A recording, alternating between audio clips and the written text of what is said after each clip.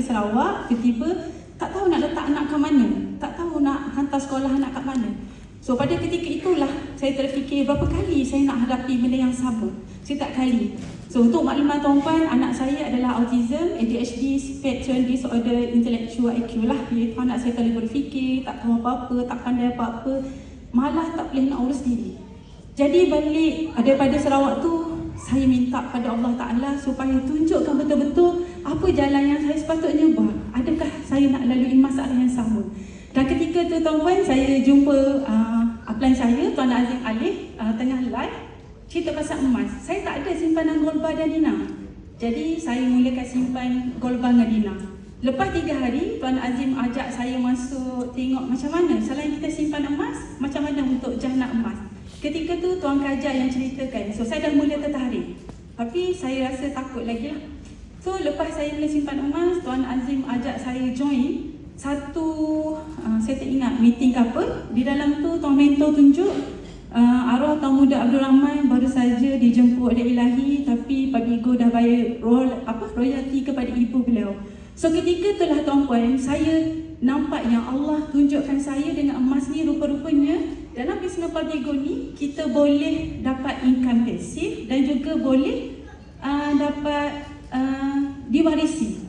Ketika tu saya ingat ini adalah main-main je tuan-puan. Tapi bila Tuan Mentor sendiri tunjuk bukti dan Allah sendiri tunjuk Tuan Muda Abdul Rahman meninggal dunia dan ibu dapat royalty, so saya cakap dekat Tuan Azim, Tuan Azim saya nak buat betul-betul. So tuan-puan, ketika tu saya pergi MDC kali pertama dan saya ingat MDC tu saya hadir, Tuan Kajar, saya rasa mungkin sebab excited sangat, MDC tu saya adalah orang yang duduk dalam bas yang sampai termimpi-mimpi tepuk tangan. So Tuan Azim cakap Kak Jah, so kalau Kak Jah betul nak buat betul-betul. Dan saya rasa wah inilah jalan. So saya buat tanpa henti. Tuan Mentor cakap dekat saya, kalau nak berjaya bekerja rapatlah dengan upline FMB, bekerja rapatlah dengan mentor kita. So saya baca blog Tuan Mentor, saya dengar cakap nasihat Tuan Azam, saya dengar apa yang Tuan Azim. Alhamdulillah tuan-puan, setahun lebih saya dah jadi FMB dan terus dapat rezeki Star FM.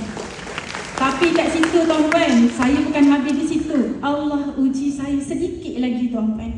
Kalau sebelum ni saya dengar Pak Bigo boleh jadikan sebagai income pasif, sebagai income boleh diwarisi. So saya belum mati lagi, saya tak tahu income boleh diwarisi itu macam mana. Tapi tuan-puan, untuk maklumat tuan-puan, Allah bagi bukti kat saya hari ni, iaitu income pasif.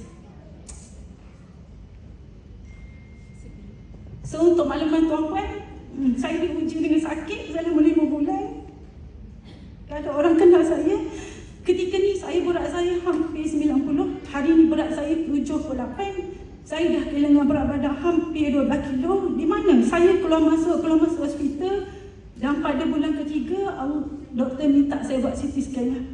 So CT scan kali pertama, doktor minta lagi repeat CT scan kali kedua. Dan doktor nampak ada pertumbuhan dalam paru-paru saya, di mana doktor suspek kanser paru-paru. Saya cakap dekat Tuan Azim, kenapa setiap kali bila saya dengan Tuan Azim rancang next plan, apa action plan saya nak buat, Allah akan uji sedikit. Tuan Azim cakap dekat saya, mentor pesan, kalau tak boleh buat semua, buat satu. Untuk sementara kali Kak Dia tumpukan kepada kesihatan. Tuan-puan, kat sinilah bukti yang income pasif, di mana walaupun saya ulang-alik masuk hospital, keluar masuk ward, bisnes saya memang tak boleh urus 100%. Tapi tuan-puan, setiap 20 hari bulan, setiap bulan saya terima notification yang insentif masuk. Walaupun saya terbaring atas katil tuan-puan, insentif saya tetap masuk 4 angka. Jadi tuan-puan, bisnes Pak Bigo adalah bukan bisnes yang main-main. Kalau Tuan Mentor cakap hari ini, bisnes Pak Bigo adalah murah, cepat dan paling mudah, betul tuan-puan. Walaupun saya sakit atas katil, saya minta pada Tuan Azim boleh tak kalau Kak Jah masuk kelas, Kak Jah tutup kamera.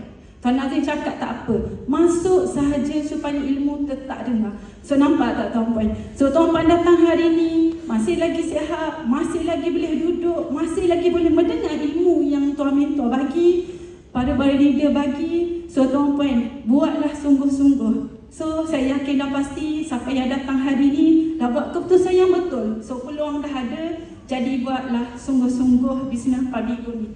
So terima kasih Tuan Mentor, terima kasih Tuan Azam, terima kasih Tuan Nazim. Itu sahaja. Minta maaf.